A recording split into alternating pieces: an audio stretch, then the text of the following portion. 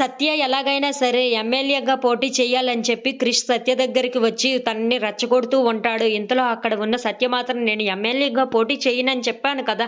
మరి ఇంకెందుకు ఇలా మాట్లాడుతున్నావు అని చెప్పేసి అయితే అడుగుతూ ఉంటుంది. ఆ మాటలు వినగానే అక్కడ ఉన్న క్రిష్ మాత్రం మా బాబుతో ఇక పోటీ పడకముందే నువ్వు ఓడిపోయినట్లు నువ్వే డిసైడ్ అయిపోయావు చూసావా అని చెప్పేసి అయితే సత్యాన్ని రెచ్చగొడుతూ ఉంటాడు. ఇంతలో అక్కడ ఉన్న సత్య మాత్రం ఏంటి ఏం మాట్లాడుతున్నావు? నీకు ఇష్టం ప్రకారమే కదా నేను ఇప్పుడు వదిలేశాను.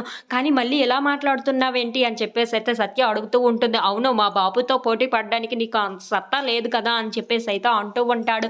ఆ మాటలు వినగానే అక్కడ ఉన్న సత్యకైతే చాలా కోపం వచ్చి క్రిష్ వైపు చాలా కోపంగా చూస్తూ ఉంటుంది. అది చూడగానే అక్కడ ఉన్న క్రిష్ మాత్రం అవును సత్య నీకు అంత సీన్ లేదు అని చెప్పేసి అయితే అంటూ ఉంటాడు. ఇంతలో సత్య వాళ్ళ అమ్మ సత్యకు ఫోన్ చేసి మేమందరం నీకు సపోర్ట్ చేయడానికి రెడీగా ఉన్నాం. నువ్వు ఎక్కడ సంతకాలు చేయమన్నా సరే అక్కడ మేము సంతకాలు చేస్తాం సత్య అని చెప్పేసి అయితే అంటూ ఉంటారు.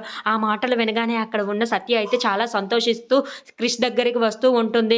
మా ఇంట్లో ఉన్న వాళ్ళందరూ నాకు సపోర్ట్ చేస్తున్నారు అని చెప్పేసి అయితే చాలా సంతోషంగా క్రిష్కి చెప్తూ ఉంటుంది. నేను ఇక ఎమ్మెల్యేగా పోటీ చేస్తాను అని చెప్పేసి అయితే అంటూ ఉంటుంది. ఆ మాటలు వినగానే అక్కడ ఉన్న క్రిష్ మాత్రం ఇంకా ఇద్దరు కావాలి కదా ఎవరు చేస్తారు నీకు సపోర్ట్ అని చెప్పేసి అయితే అడుగుతూ ఉంటాడు. ఇంతలో అక్కడ ఉన్న సత్య మాత్రం చాలా కోపంగా మీ అమ్మ ఉంది కదా మీ అమ్మనే నేను నా దారిలోకి తెచ్చుకుంటాను ఎలా తెచ్చుకుంటానో చూడు అని చెప్పేసి అయితే అంటూ ఉంటుంది. ఆ మాటలు వినగానే అక్కడ ఉన్న క్రిష్ అయితే సరే అది చూద్దాం మాటలు ఎందుకు ముందు అదేదో చేసి చూపించు అప్పుడు చూద్దాం అని చెప్పేసి అయితే అక్కడి నుండి వెళ్ళిపోతూ ఉంటాడు. If you like this video please like share and subscribe friends.